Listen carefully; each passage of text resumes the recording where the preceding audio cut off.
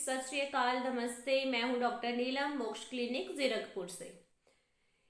मेरी वीडियोस के माध्यम से कोशिश रहती है कि मैं हर बीमारी के बारे में एक बहुत ही कॉमन सी लैंग्वेज में, बहुत ही आम भाषा में सबको समझा सकूं, ताकि हर इंसान अपनी बीमारी के बारे में जान सके और उसको समझ सके। तो आज मैं जिस बीमारी के बारे में बताने जा रही हूँ उसका नाम है COPD, chronic obstructive pulmonary disease. Chronic ऐसी प्रॉब्लम होती है जो धीरे धीरे करके समय के हिसाब से इंक्रीज होती रहती है, धीरे धीरे करके बढ़ती है प्रॉब्लम। ऑब्स्ट्रक्शन मतलब कि रुकावट। अब मोस्टली ये जो प्रॉब्लम होती है COPD, ये लंग्स की प्रॉब्लम होती है, फेफड़ों की।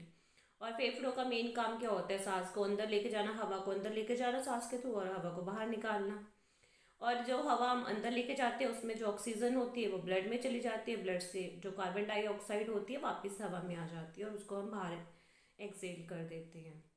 तो इसीलिए ऑब्स्ट्रक्शन का मतलब क्या है यहाँ पर कि ऐसी कोई भी प्रॉब्लम जिसकी वजह से हवा को हम अंदर नहीं लेकर जा सकते या अंदर से बाहर जो है एक्सेल नहीं कर सकते, बाहर नहीं निकाल सकते, ऐसी प्रॉब्लम है ये क्रॉनिक ऑब्स्ट्रक्टिव पल्मोनरी। पल्मोनरी जो है फेफड़ों के लिए, लंग्स के लिए मेडिकल टर्म है, यूज़ किया जाता है। डिजीज मतलब बीमारी, ऐसी बीमारी। COPD का मतलब है कि ऐसी बीमारी जो धीरे धीरे करके समय के साथ बढ़ती रहती है और जिसकी वजह से हवा के आने और जाने में रुकावट हो जाती है लंग्स में, तो इसको COPD बोल दिया जाता है। अब COPD जो है इसके जो मेन है, मेन जो है जिसको कि क्रॉनिक ब्रोंकाइटिस बोलते हैं, और एम्फाइसीमा। जब ये दोनों प्रॉब्लम इस स्टेज में आ जाती है कि हवा ना तो अंदर जाती है बाहर नहीं आती है, तो उसको COPD बोल दिया जाता है। अब इसमें क्या होता है जी? अब इसमें दो चीज़ें हो गई, एक तो हो गए ब्रोंकाई या ब्रोंक्यूल्स, और दूसरे हो गए हेयर सैक्स और एल्वियोलाई।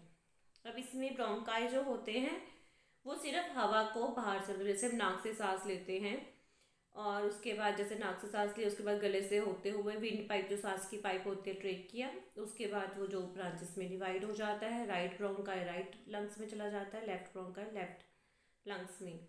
उसके बाद ये ब्रोंकाई फिर एक ब्रांच, दूसरी ब्रांच, तीसरी ब्रांच, चौथी ब्रांच, एक शाखा, फिर इन ब्रांचेस से भी और ब्रांचेस निकल जाती है, बिल्कुल पेड़ की तरह। जैसे एक तना होता है, उसके बाद फिर शाखाएं, फिर शाखा से शाखा, शाखा से शाखा। अब इनका काम सिर्फ हवा को उस एरिया तक लेकर जाना है जहाँ पर कि हवा जो ऑक्सीजन है वो ब्लड में चली जाएगी और ब्लड में जो कार्बन डाइऑक्साइड है वापस हवा में आ जाएगी। उस एरिया को कहते हैं एयर सैक्स एल्वियोलाई। एल्वियोलाई बिल्कुल छोटे छोटे, जैसे बैलून होते हैं, गुब्बारे, उस तरह के छोटे छोटे स्ट्रक्चर्स होते हैं, राउंड बॉल्स होती हैं। यहाँ तक हवा जाती है, यहाँ पर गैस एक्सचेंज होता है। तो या तो रास्तों में, जैसे जो रास्ते हैं उसमें कहीं ना कहीं रुकावट आ जाए जिसकी वजह से हवा अंदर नहीं जा पा रही या अंदर से बाहर नहीं आ पा रही, या फिर जो ये एयर सैक्स हैं ये डैमेज हो जाए, इसमें कोई प्रॉब्लम क्रिएट हो जाए कि ये इसकी जो कॉन्ट्रैक्शन और रिलैक्सेशन की कैपेसिटी है वो ख़त्म हो जाती है। उसकी वजह से जो है हवा ना तो बाहर नहीं जा पाती है, प्रॉपर से एक्सेल नहीं हो पाती और इनहेल नहीं हो पाती है। तो ये दो कंडीशंस है, या तो रास्तों में डैमेज हो जाए, ब्रोंकाई है, ब्रोंक्यूल्स है, उसमें कोई ऑब्स्ट्रक्शन हो जाए, या फिर एयर सैक्स में कोई ऑब्स्ट्रक्शन हो जाए, तो उसको हम COPD बोल देते हैं। अब आ जाते हैं जैसे कि ब्रोंकाई, जैसे ब्रोंकाई है, ब्रोंक्यूल्स है, उसमें ऑब्स्ट्रक्शन आएगी क्यों? क्यों आती है उसमें ऑब्स्ट्रक्शन? देखो, जैसे हमने बताया था कि जैसे इन्फेक्शन होता है, जैसे ही हमारी बॉडी में कोई इन्फेक्शन होता है ना, या फिर हमें किसी चीज़ से एलर्जी होती है, या कोई ऐसे केमिकल्स हैं, कोई एयर पोल्यूशन है, स्मोकिंग है, ऐसे बहुत सारे फैक्टर्स होते हैं जो कि हमारे फेफड़ों के लिए नुकसानदायक होते हैं।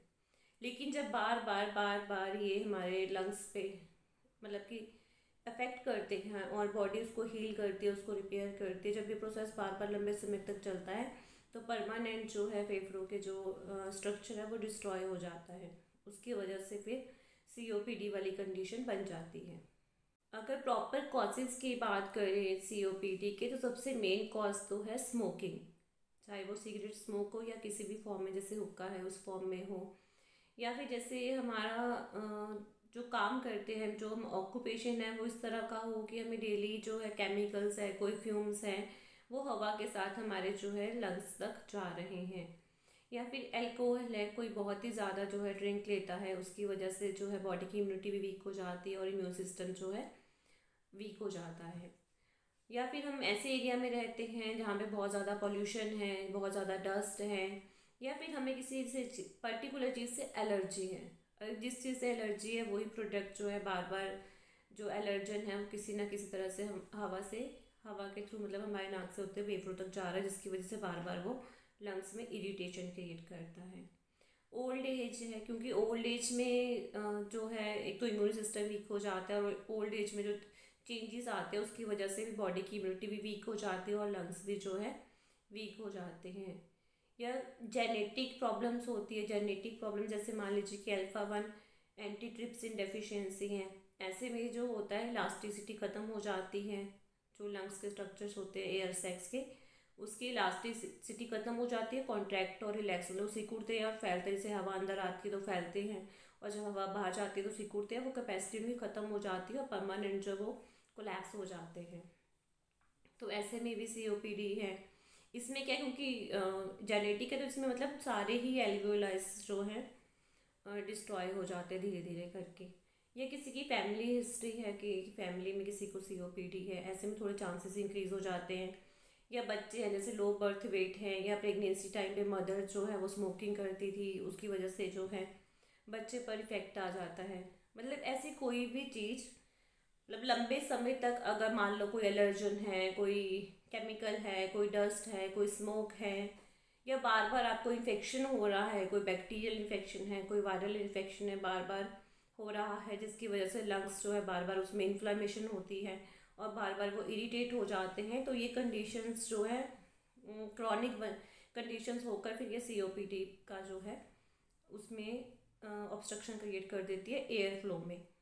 अब इसमें होता क्या है, अब देखिए जैसे भी बार बार मान लीजिए चाहे वो कोई भी इरिटेंट है, चाहे वो इन्फेक्शन है, चाहे वो एलर्जन है, अब उसकी वजह से क्या होगा कि जैसे हमारे ब्रोंकाई हैं, जो ब्रोंकाई है सांस की पाइप है, उसमें जैसे ही मान लीजिए कोई एलर्जन हुआ, कोई केमिकल एंटर हुआ, या कोई बैक्टीरिया वायरस से हमें इन्फेक्शन हुआ, तो जैसे ही वो चीज़ एंटर होगी तो नॉर्मली हमारे क्या है, जैसे हमारे बाल हैं, ऐसे छोटे छोटे स्ट्रक्चर जो है पूरे जो है आपके ब्रोंकाई में होते हैं, सांस वाली पाइप में होते हैं, तो उनकी जो मूवमेंट है ऊपर को होती है। जैसे ब्रश होता है, ब्रश के जैसे बाल होते हैं वो बॉर्डर होते हैं, वो ऊपर की तरफ को मूव करता है ताकि कोई भी बैक्टीरिया वायरस, कोई केमिकल, कोई डस्ट है, स्मोक आपके अंदर लंग्स में एंटर ना हो, वो ऊपर आपको गले की तरफ को पुश करते हैं ताकि वो आपकी बॉडी से कफ के थ्रू या स्नीज के थ्रू बाहर निकल जाए।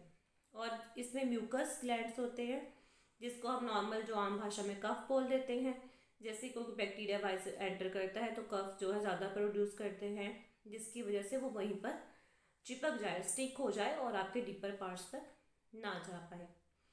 अब कोई बैक्टीरिया वायरस है तो वो क्या करेगा, जो आपके पाइप है, सांस की पाइप है, उसकी जो वॉल्स पे इरिटेशन क्रिएट करेगा। अब हमारी बॉडी के इम्यून सेल्स भी तो काम करेंगे, उसको डिस्ट्रॉय करने के लिए हमारी बॉडी के जो भी इम्यून सेल्स हैं वो एक्टिव हो जाएंगे, उसके आसपास इकट्ठे हो जाएंगे उसको डिस्ट्रॉय करने के लिए। तो फिर क्या हो जाएगा, फिर आपका जो वहाँ पे ब्लड सर्कुलेशन भी इंक्रीज़ हो जाएगा, जिसकी वजह से वो एरिया जो है ठीक हो जाएगा। अब पहला हो गया कि इन्फ्लामेशन हुई, जिसकी वजह से आपकी जो सांस वाली पाइप है वो थिक हो गई, मोटी हो गई, और म्यूकस जो है ज़्यादा प्रोड्यूस किया, उसकी वजह से जो ओपनिंग है वो एरिया कम हो गया। और अब इसकी वजह से एक बार स्टार्टिंग में तो आपकी जो बॉडी है, जो भी कफ है, ये जो म्यूकस एक्स्ट्रा प्रोड्यूस किया वो कफ के थ्रू बॉडी उसको बाहर निकाल देती है, उसको ठीक कर देती है, हील कर देती है। लेकिन बार बार बार बार जब ये प्रोसेस होता रहता है तो आपकी जो सीलियाँ हैं उसकी जो मूवमेंट है वो कम हो जाती हैं। और जो लोग सिगरेट स्मोक करते हैं उसमें तो सीलिया के साइज़ भी जो है वो छोटा हो जाता है और उसकी मूवमेंट जो है बहुत ही कम हो जाती है।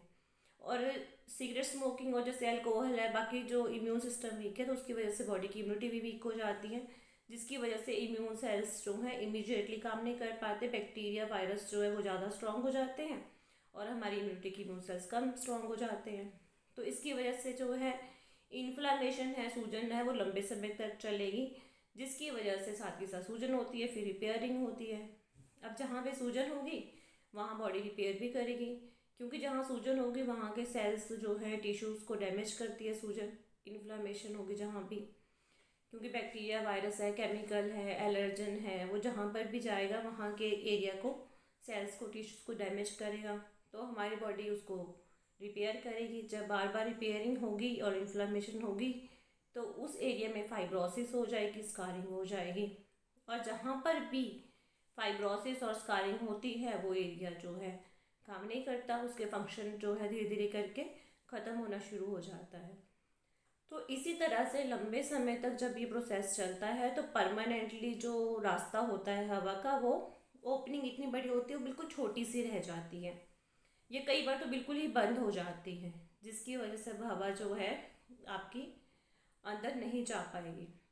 अब इसमें आपको मान लीजिए कि आज ही आपका मान लो ब्रोंकाई जो है वो, ब्रोंकाई या ब्रोंक्यूल्स जो भी है वो परमानेंटली आपका कोलैप्स हो गए, बंद हो गए इन्फेक्शन और इसकी वजह से। लेकिन आपको एकदम से लक्षण नहीं आएंगे, क्योंकि आपको पता है कितनी सारी ब्रांचेस हैं, एक ब्रोंकाई, फिर दूसरा, फिर तीसरा, चौथा, पांचवा, छठवां, फिर ब्रांचेस से और ब्रांचेस। जब तक एक पर्टिकुलर एरिया डैमेज नहीं होगा, मतलब कुछ काफ़ी सारे ब्रोंक्यूल्स या ब्रोंकाई जब डैमेज होंगे तब जाके आपको सिम्टम आना स्टार्ट होगा, तब जाके आपको लक्षण आएगा। खांसी होती है, कुछ पेशेंट्स को बोलते हैं कि हमें हर साल खांसी होती ही होती है, 2 या 3 महीने में खांसी रहती ही रहती है, या हर साल विंटर सीजन में हमें कफ होता ही होता है, हम एंटीबायोटिक्स लेते हैं तो ठीक होते हैं। तो जो ये ब्रोंकाई या ब्रोंक्यूल्स ये रास्ता होता है हवा का, ये बहुत लंबा होता है, मतलब 2400 किलोमीटर या 1500 मील तक आप कह सकते हो, इतना लंबा ये एरिया होता है। और स्टार्टिंग में जो ब्रोंकाई होते हैं उसका जो डायमीटर होता है, जो ओपनिंग होती है वो काफ़ी बड़ी होती है। जैसे जैसे वो ब्रांचेस में डिवाइड होता रहता है उसका डायमीटर जो है कम होता रहता है। अब जो बिल्कुल लास्ट के ब्रोंकाई या ब्रोंक्यूल्स होते हैं, मतलब ब्रोंकाई ब्रांचेस बनी, लास्ट के छोटे छोटे जो ब्रोंक्यूल्स होते हैं वहाँ तक जाकर जो डायमीटर है 0.5 mm तक रह जाता है, मतलब इतना कम रह जाता है। अब ऐसे में एरिया पहले ही इतना कम है और ऊपर से म्यूकस ज़्यादा सिक्रीट हो जाता है, तो ये जो है कम्प्लीटली ब्लॉक हो जाते हैं ब्रोंकाई, म्यूकस इसमें फंस जाता है बिल्कुल, और हवा की जगह जो है आने जाने की नहीं बचती है। लेकिन शुरू में आपको सीओपीडी नहीं है, मतलब शुरुआत में नहीं कह सकते सीओपीडी, जब ये चीज़ बहुत लंबे समय तक, काफ़ी सालों तक होगी तब जाके आपको सीओपीडी कहा जाता है, जब बिल्कुल हवा के आने जाने में दिक्कत हो जाएगी। शुरुआत में तो बॉडी मैनेज करती है, कोई भी आपको इन्फेक्शन होता है, कोई एलर्जी है किसी चीज़ से, तो शुरू में इन्फ्लामेशन होती है, जिसको हम आम भाषा में सूजन बोल देते हैं, लेकिन बॉडी उसको ठीक कर देती है। जैसे मान लीजिए कि कोई इंसान है, वो बोलता है बार बार मैं गिरता हूँ तो चोट मुझे एक ही जगह लगती है, तो शायद इसीलिए अब मुझे इसी जगह पे दर्द रहने ही लग गया है ना। मतलब एक ही जगह पे अगर बार बार अटैक होता है, बार बार बॉडी उसको ठीक करती है, तो एक समय ऐसा आएगा कि बार बार रिपेयरिंग के चक्कर में वहाँ पे परमानेंट स्कार हो जाता है, जिसको कि साइंस में फाइब्रोसिस बोल देते हैं। उसके बाद उतना एरिया जो है काम नहीं करता है, वो थिक हो जाता है, टाइट हो जाता है। अब सेम ऐसा ही जो होता है एम्फाइसीमा में होता है। एम्फाइसीमा मतलब वो वाला जो एल्वियोलाई है, जो एयर सैक है, जहाँ पर गैस एक्सचेंज होता है। रीज़न सेम ही रहता है लंग्स में ऑलमोस्ट, अगर देखा जाए क्रॉनिक ब्रोंकाइटिस है, एम्फाइसीमा, रीजंस कहीं ना कहीं काफ़ी हद तक सेम है। अब एम्फाइसीमा में भी यही होता है कि जो एयर सैक्स हैं, है ना, जो एयर सैक्स हैं उसमें बैलून जैसे होते हैं, जैसे बैलून है, हवा भरते हैं, फूल जाता है, निकालते हैं तो वो, लेकिन उसमें बैलून में और एयर सैक्स में एक फ़र्क है कि बैलून में जब हवा निकलती है पूरे वो चिपक जाते हैं, है ना, लेकिन जो एयर सैक्स होते हैं, एल्वियोलाई होते हैं, इसमें सरफेक्टेंट होता है, एक केमिकल होता है जिसकी वजह से पूरे नहीं चिपकते, मतलब कुछ ओपन रहते हैं, पूरी तरह से कोलैप्स नहीं होते, मतलब पूरी तरह से चिपकते नहीं हैं। अगर पूरी तरह से चिपक जाएंगे तो चिपके ही रह जाएंगे। अब ये क्या होता है, नॉर्मली इसमें जो फाइबर्स होते हैं, इलास्टिक फाइबर, जिसकी वजह से जब हवा अंदर आती है तो ये फैल जाते हैं, और जब सिकुड़ते हैं तो हवा इनमें से बाहर निकल जाती है। अब जब यहाँ पर भी जब बार बार इन्फेक्शन होता है, लंबे समय तक इन्फ्लामेशन होती है, मोस्टली सिगरेट स्मोकिंग है, स्मोक है, डस्ट है, ऐसे में तो खैर ज़्यादा प्रॉब्लम होती है। 50% जो सीओपीडी पेशेंट्स है, 50% में स्मोकिंग ही कॉज होता है, बाकी 50% में अदर कॉजेज होते हैं। किसी को लंबे समय से एलर्जी है, अस्थमा है, या लंग्स की और दूसरी प्रॉब्लम्स है, रिस्क फैक्टर्स का काम करते हैं ना, फिर अगर और प्रॉब्लम्स भी हो तो इसमें, तो ऐसे केसेस में क्या होता है कि एयर सैक्स के जो इलास्टिक फाइबर्स है वो डैमेज हो जाते हैं। नॉर्मली वो सिकुड़ते थे और फैलते थे। अब उनके जो इलास्टिक फाइबर्स हैं वो डैमेज हो जाते हैं, बार बार इन्फ्लामेशन होने की वजह से, रिपेयरिंग होने की वजह से, स्कार्स होने की वजह से, फाइब्रोसिस होने की वजह से। और इस सब की वजह से क्या होता है, इलास्टिक फाइबर्स डैमेज हो जाते हैं, परमानेंट वो खुला ही रहते हैं। अब वो सिकुड़ेंगे नहीं, जब हवा को बाहर निकालना सिकुड़ेंगे तभी तो हवा बाहर निकलेगी ना। अभी सिकुड़ते नहीं, परमानेंट खुले ही रहते, फैले ही रहते हैं। अब जब हवा उसमें अंदर आती है तो वो और फैल जाते हैं और डायलेट होते हैं, फिर और हवा आती है तो और डायलेट होते हैं, है ना। अब वो सिकुड़ेंगे नहीं तो इसमें क्या होगा कि हवा आपकी बाहर नहीं निकलेगी। आप इनहेल कर रहे हैं, हवा अंदर जा रही है, बट वो एक्सेल नहीं हो रही, बाहर नहीं ना निकल रही। अब इसमें क्या होगा, इसमें ये होगा कि बहुत ज़्यादा सीवियर कंडीशन में कई बार ऐसा भी हो जाता है कि जो एयर सैक्स में, क्योंकि यहाँ ब्लड वेसल्स होती हैं, क्योंकि खून की नसें, जो ये एक बॉल होती है इसके 70% जो पूरे पर रहता है उसमें ब्लड, खून की नसें होती हैं। तभी तो हवा में जो ऑक्सीजन होती है वो ब्लड में जाती है, ब्लड से कार्बन डाइऑक्साइड जो एल्वियोलाई के अंदर आती है ना। अब क्या हो रहा है कि ऑक्सीजन तो जा रही है और कार्बन डाइऑक्साइड है, लेकिन वो हवा जो बाहर ही नहीं जा रही, तो उसमें नई हवा आएगी तभी तो उसमें से ऑक्सीजन ब्लड में जाएगी। तो इसमें जो है हवा एक्सेल नहीं कर पाता, पेशेंट जोर की कोशिश करता है कि मैं हवा पूरी बाहर निकाल दूँ, लेकिन वो निकाल नहीं पाता क्योंकि कॉन्ट्रैक्ट ही नहीं हो रहे एयर सैक्स। अब इसमें भी ये जो एयर सैक्स है उसकी कितनी है, मतलब वो इतने ज़्यादा हैं, 400 करोड़ 500 करोड़ से भी ज़्यादा हैं। अगर थोड़े बहुत वो डैमेज हो जाएंगे तो आपको कोई सिम्टम, कोई लक्षण नहीं आता है ना। इसलिए कई बार सिगरेट स्मोकिंग वाले बोलते हैं मैं तो 10 साल से सिगरेट पी रहा हूँ, मुझे तो आज तक कुछ हुआ ही नहीं है। लेकिन उनको ये समझा है कि जो एल्वियोलाई होते हैं या जो ये ब्रोंकाई होते हैं, ये लेंथ में इतने ज़्यादा होते हैं, काउंटिंग इतनी ज़्यादा होती है कि जब तक एक प्रॉपर लेवल डैमेज नहीं हो जाता तब तक आपको सिम्टम नहीं आता। और जब सिम्टम आपके आता है, लक्षण आपको पता चलते हैं, तब तक आप फिर लेट हो जाते हैं, है ना। फिर आपको मेडिसिन लेनी ही पड़ती हैं। तो फिर अब इसमें क्या करना है कि एल्वियोलाइज में अब क्या है कि हवा बाहर निकलेगी नहीं, ब्रोंकियाई अगर ब्रोंक्यूल्स हो जाता है उसमें हवा एंटर नहीं कर रही। लेकिन हाँ, इसमें एक चीज़ होती है कि एयर सैक्स जो होते हैं अगर वो डैमेज हो जाते हैं तो बाकी एयर सैक्स में ब्लड वेसल्स, जैसे हम कहते हैं कोलेट्रल वेसल्स होती हैं, कि अगर एक ब्लड वेसल बंद हो जाती है दूसरी खुल जाती है। तो इसीलिए इसमें जो है कोलेट्रल्स, बाकी जो एयर सैक्स होते हैं जो एल्वियोलाई होते हैं उसमें जो है कोलेट्रल्स ओपन हो जाते हैं, इसीलिए एकदम से जो है ऑक्सीजन की कमी नहीं आती। लेकिन इसमें क्या होगा कि अब ब्लड में धीरे धीरे करके ऑक्सीजन की कमी आनी शुरू हो जाएगी और कार्बन डाइऑक्साइड जो है वो इंक्रीज होना शुरू हो जाएगा। अब इसमें सिम्टम क्या आएगा, यही खांसी, खांसी आएगी, वो ड्राई भी हो सकती है, बलगम वाली भी हो सकती है, और कंडीशन में डिपेंड करती है कि पस वाली भी हो सकती है।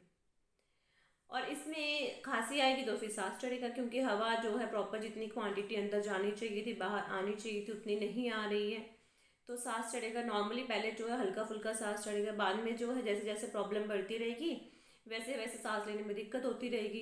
मतलब एक कंडीशन ऐसी भी आ जाती है कि नॉर्मली जो फिजिकल एक्टिविटीज़ है वो भी नहीं कर पाते, क्योंकि जब फिजिकल एक्टिविटी करेंगे तो बॉडी में ऑक्सीजन की रिक्वायरमेंट ज़्यादा होगी, आपको जो है रेस्पिरेटरी रेट इंक्रीज होगा, लेकिन आपके जो ऑब्स्ट्रक्शन है उसकी वजह से आप जो है ज़्यादा सांस नहीं ले पाते, इसलिए खुद के काम करने में भी प्रॉब्लम आनी शुरू हो जाती है जब एक कंडीशन जो है सीवियर हो जाती है।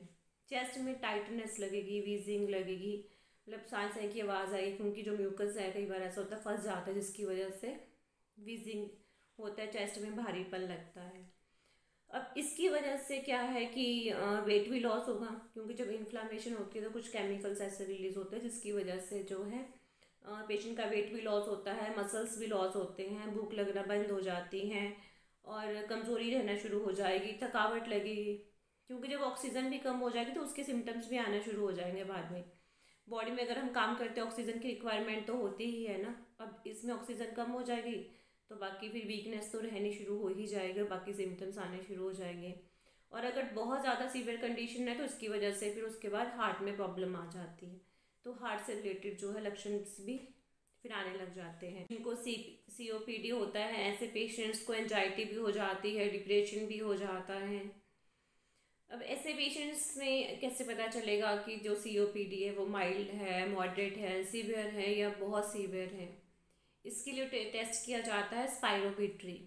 स्पायरोमीट्री में क्या है कि आप 1 सेकंड में कितनी हवा जो है एक्सेल करते हैं, बाहर छोड़ते हैं, और एक बार जब आप सांस बाहर छोड़ते हैं तो उसमें कितनी हवा जो है बाहर आती है, एक्सेल होती है।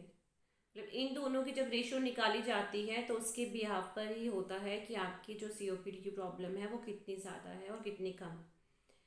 और इसका जो है डिपेंड भी करता है एज के हिसाब से, कितनी एज है, हाइट कितनी है, वेट कितना है, मेल है फीमेल है, मतलब इन फैक्टर्स के हिसाब से भी डिपेंड करता है स्पाइरोमेट्री का जो भी हमारा रिजल्ट आता है। नॉर्मली एक्सरे है।